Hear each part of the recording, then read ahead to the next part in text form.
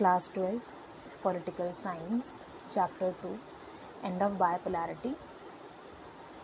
In the last video, we covered the topic shock therapy in post-communist regimes, including its consequences.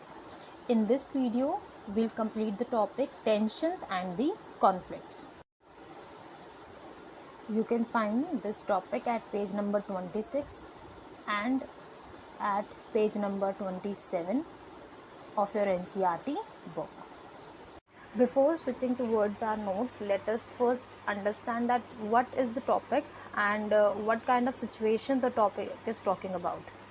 Tension and conflicts. In the previous few videos related with the chapter number 2, we try to understand that what were the situations within the Soviet Union during the Cold War and after the Cold War. And after the Cold War, we have learned that there is a shock therapy which was imposed by USA or the Western nations. And when we talk about the shock therapy or the consequences of the Cold War within the nations of the post-communist or the USSR, in this topic, the tensions and conflict, we will try to understand the situations within the 15 nations of the USSR or the post-communist nation कि किस तरह से shock therapy के बाद सबसे पहले cold war ख़त्म होने के बाद या यूएसएसआर जो कि सेकंड लार्जेस्ट या सेकंड स्ट्रॉन्गेस्ट नेशंस में से एक है या one of the super power रहा है 1945 से लेकर 1991 तक, उसके ख़त्म होने के बाद इंटरनल लेवल पर उन 15 नेशंस में कौन कौन से पॉलिटिकल या सेपरेटिस्ट मूवमेंट, बेटा सेपरेटिस्ट मूवमेंट वर्ड आपके लिए नया है, वैसे आपने क्लास 11th में भी पढ़ा है ये टर्म। सेपरेटिस्ट मूवमेंट का मतलब है जब एक देश का एक ऐसा रीजन जो कि अपने ही नेशन से अलग होना चाह रहा है और उसका मेन ऑब्जेक्टिव क्या है कि अपने मदर नेशन से वो एरिया कट ऑफ कर ले और एक इंडिपेंडेंट नेशन बनाने के लिए काम करे। तो सेपरेटिस्ट मूवमेंट देखे गए हैं, सिविल वॉर्स देखे गए हैं और एक अनस्टेबल कंटिन्यूटी में हमने पॉलिटिकल लेवल पर गवर्नमेंट्स देखी हैं। ये एक छोटा सा लिस्ट है जो कि मेजॉरिटी में पोस्ट कम्युनिस्ट नेशंस में फेस किया गया है। अब टेंशन और कॉन्फ्लिक्ट्स जो टॉपिक है ये उन्हीं सब सिचुएशंस के बारे में हमें बताता है जो हम कहीं ना कहीं हर एक रीजन में, हम यहाँ पर कुछ गिने चुने देशों के बारे में बात करेंगे, बट मेजॉरिटी में 15 में से मोर देन 50% नेशंस के अंदर ये प्रॉब्लम्स को हम लोगों ने फेस किया, या फिर यूएसएसआर ने इंटरनेशनल पॉलिटिक्स के अंदर, या फिर यूएसएसआर ने उन नेशंस ने जो कि यूएसएसआर से अलग हुए उन देशों ने ये सब चीज़ें आफ्टर कोल्ड वॉर फेस की हैं। अब हम यही चीज़ें समझने के लिए फर्स्ट पॉइंट की तरफ चलते हैं। बेटा नोट्स में जो फर्स्ट पॉइंट है वो मैं कह रहा है कि after cold war many post communist countries had civil wars. Civil wars का मतलब आपको पता है कि देश के ही लोग या देश के जो सिटीजन्स हैं वो आपस में किसी रीज़न की वजह से फाइट करते हैं। एंड इंसर्जेंसी यानी कि रिवॉल्ट हुए हैं, छोटे छोटे रिबेलियन मूवमेंट्स चले हैं। First point. नेक्स्ट पॉइंट हमें कहता है in Russia 2 republics Chechnya and Dagestan, both of these republics attend independence. Next point समझने के लिए एक बार हम लोकेशन देख रहे हैं। ये बेटा न्यू मैप के अकॉर्डिंगली बताया गया है। सेकंड पॉइंट आपको कह रहा है कि जो रशिया है, अगर आप इस तरफ रशिया के मैप को देखते हो उसके कॉर्नर में एक छोटा सा एरिया हाईलाइट किया गया है।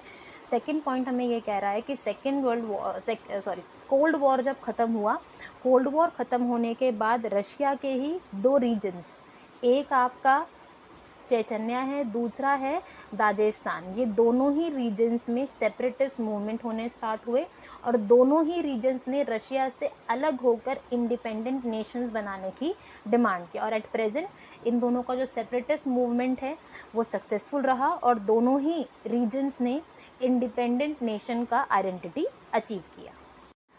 थर्ड पॉइंट देख रहे हैं, मैं थर्ड और फोर्थ पॉइंट एक साथ बता रही हूँ, मैं दोनों को एक साथ मैप में लोकेट करके बताऊंगी। Tajikistan witness a civil war that went on for 10 years till 2001, यानी कि अब जाके ये सॉल्व हुआ है कुछ टाइम पीरियड, मतलब 20 साल पहले, पर 10 साल तक एक लंबा कॉन्फ्लिक्ट उन लोगों ने फेस किया। नेक्स्ट है fourth point, Azerbaijan's provinces of Nagorno and Karabakh. Some local Armenians went to see the and join Armenia. बेटा एक चीज़ आप याद रखें, जो अजरबैजान के जब हम बात कर रहे हैं वहाँ पर दो छोटे छोटे कम्युनिटीज़ रह रही हैं, ठीक है। जब हम बात कर रहे हैं काराबाग की और नागोर्नो, ये दो प्रोविंसेस हैं या एरियाज़ हैं जहाँ पर, जो कि अजरबैजान में हैं, वहाँ पर अर्मेनियंस रहते हैं। अर्मेनिया के जो लोग हैं उन्हें अर्मेनियंस कहा जाता है। वहाँ पर एक सीज मूवमेंट चलता है और दोनों ही रीजन्स डिमांड करते हैं कि हम अजरबैजान से अलग होना चाहते हैं और अर्मेनिया में जाके मर्ज होना चाह रहे हैं। और ये दोनों ही मूवमेंट जो है अब सक्सेसफुल मूवमेंट्स में है, क्योंकि एक बार लोकेशन देख रहे हैं। हम थर्ड पॉइंट तजाकिस्तान की बात करते हैं। तजाकिस्तान आपका 12th पॉइंट पर है, एक सेकेंड, 12th पॉइंट पर है, नीचे की तरफ आपका तजाकिस्तान है। इसके बाद 4th पॉइंट में हम अजरबैजान की बात कर रहे हैं। अजरबैजान आपका 2nd पॉइंट पर, ये वाला आपका अजरबैजान है 2nd पॉइंट में, ठीक है। स्काई ब्लू कलर का ये और ये मरून कलर में 12th पॉइंट पर, ये दोनों रीजन्स हैं। अब हम देख चुके हैं रशिया में कॉन्फ्लिक्ट आ चुका है, इस तरफ दोनों रीजन्स ने अलग होने की डिमांड की, ठीक है। 12th नंबर पर जो नेशन है तजाकिस्तान, वहाँ पर अलग होने की डिमांड हो चुकी है। 2nd नंबर पर जो रीजन है वहाँ पर भी डिमांड सक्सेसफुल रही है। पर बच्चे 5th पॉइंट देख रहे हैं। Centre Asia too became a zone of competition between outside powers and oil companies, especially USA. She wanted military bases in the region and paid the government of all control of all Central Asia states to hire bases and to allow airports to fly over their territories during war in Afghanistan and in Iraq during 9/11 और the 2001 में जो एक situation हुआ है, इसके बारे में बेटा हम लोग नेक्स्ट चैप्टर में पढ़ते हैं। एक बार हम जरा इस पॉइंट्स को एक्सप्लेन करते हैं। Centre Asia too became a zone of competition. हम लोगों ने लास्ट टॉपिक्स में देखा है कि जो सेंटर एशिया है it's a big hub for the oil resources, और यहाँ पर ऑयल कंपनीज दूसरे नेशन से आके अपना बिजनेस सेटअप करने की प्लानिंग करती हैं, स्पेशली वो कंपनीज जो कि यूएसए से रिलेटेड है या यूएसए के बेसिक ओरिजिन में है। अब यूएसए चाहता है कि सेंटर एशिया के जो नेशंस हैं उनको यूएसए के मिलिट्री कैंप्स सेंटर एशिया के अंदर अपने आप को सेटअप कर लें, और उसके बदले में यूएसए वहाँ की गवर्नमेंट को मनी या मिलिट्रिकल हेल्प या डिप्लोमेटिक हेल्प प्रोवाइड करता रहेगा। और इसके बदले में वो क्या चाहते हैं कि सेंटर एशिया में उनके मिलिट्री बेसिस बने, और फ्यूचर में कभी भी उनकी लड़ाई होती है किसी भी देश के साथ, जैसे कि इराक के साथ बाद में हुई है, अफ़गानिस्तान के साथ उनका एक छोटा सा वॉर हुआ बाद में भी, और ये जो वॉर्स हैं ये यूएसए ने सिर्फ और सिर्फ इराक, अफ़गानिस्तान या बाकी नेशंस के ऑयल बेसिस पर अपना डोमिनेंस दिखाने के लिए किया है, ठीक है। Russia consider centre Asia as a near abroad. अगर हम लोग बेटा सेंटर एशिया की लोकेशन देखते हैं तो रशिया के बिल्कुल पास वाला रीजन है, अब वो उनके लिए नियर अब्रॉड है, यानी कि यूएसए जो कि उससे बहुत दूर है लोकेशन में, उनसे ज़्यादा अच्छे रिलेशन बनाने की प्लेस पर रशिया चाहता है कि मैं आपको यानी कि सेंटर एशिया को अपना नियर अब्रॉड मानता हूँ, यानी कि नेबरिंग नेशंस में काउंट करता हूँ, तो आप कंपैरेटिवली यूएसए के कंपेयर में आप मेरी ज़्यादा हेल्प करेंगे। हेल्प किस चीज़ में चाहिए? ऑयल रिसोर्सेज को इस्तेमाल करने के लिए। बेटा रशिया कहता है, Russia consider centre Asia as a near abroad and believes that this area will be under her region, और वो ऐसा अज्यूम करता है कि फ्यूचर में यूएसए के साथ ज़्यादा अच्छे रिलेशंस बनाने की प्लेस पर जो सेंटर एशिया के नेशंस हैं, स्पेशली जो ईरान इराक वाले नेशंस हैं, वो रशिया के साथ ज़्यादा अच्छे रिलेशंस को बनाने में इम्पोर्टेंस देंगे। इसी के साथ आगे है, China showed interest as well for the same to settle around the borders and conduct trade. एक बार हम लोकेशन को फिर से एक बार ध्यान से लिखने की कोशिश कर रहे हैं। ये मेरे पास रशिया है, ये वाला पार्ट मेरा सेंटर एशिया का है, इस तरफ मेरे पास चाइना है, और दूर वहाँ पर थोड़ा डिस्टेंस पे यूएसए है। अगर मैं मैप की तरफ ध्यान से देखती हूँ तो अमेरिका जो कि सेंटर एशिया से दूर है, ये इस तरफ मेरा अमेरिका है, और इस तरफ जो है मेरा सेंटर एशिया जो कि कंपैरेटिवली दूर है।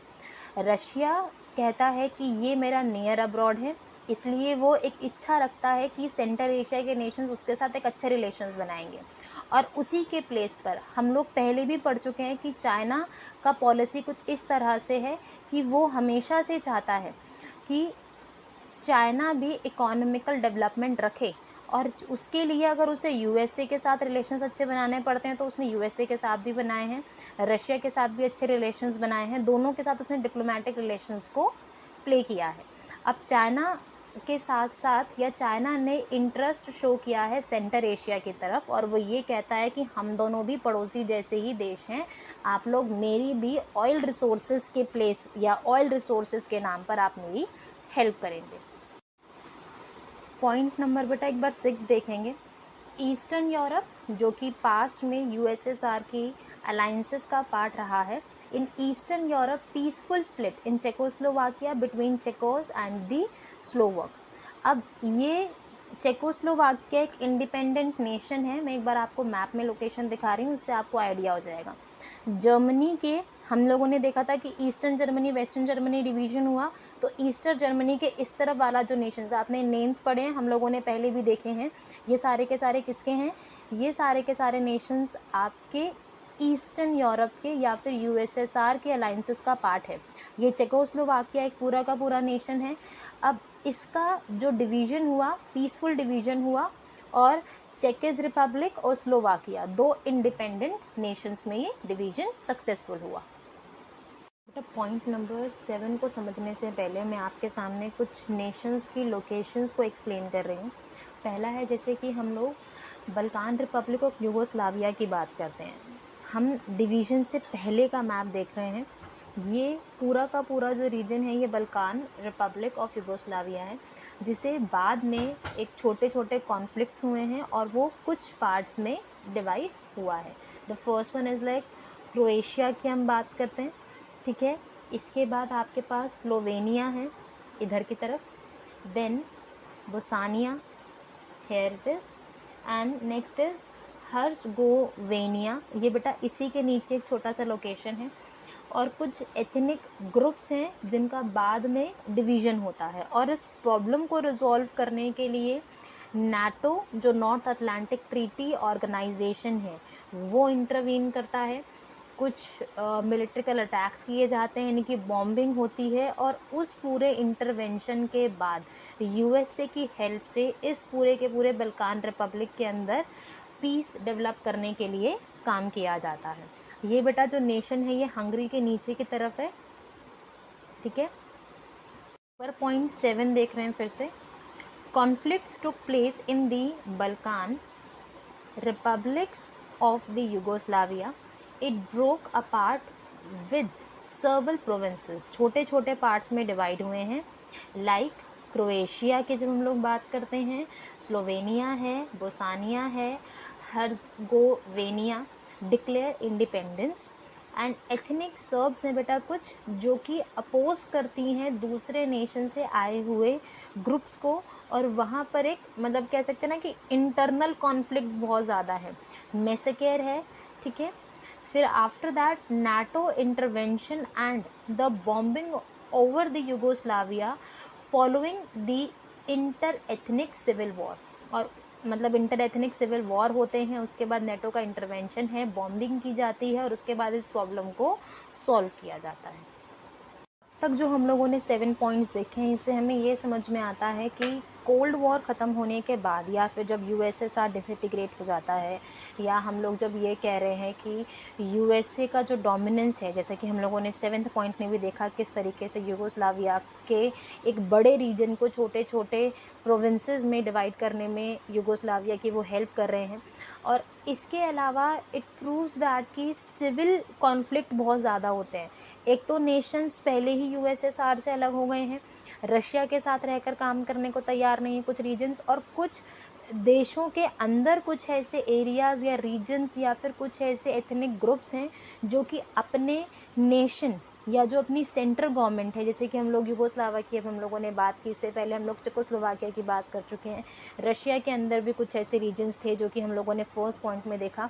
इट प्रूव्स दैट कि पॉलिटिकल लेवल पर या कंट्रोलेंस या यूनिटी के लेवल पर भी बहुत ज़्यादा प्रॉब्लम्स यूएसएसआर के जो मेंबर नेशंस रहे, 15 मेंबर्स जो नेशंस रहे, उनके अंदर भी ये सब प्रॉब्लम्स हम लोगों को फेस करने को मिली। अब बेटा इसके अंदर हमारा जो टेंशन एंड कॉन्फ्लिक्ट्स वाला टॉपिक ख़त्म कर रहे हैं। इसके बाद हम लोग नेक्स्ट वीडियो में करेंगे India and the post communist countries. Thank you so much.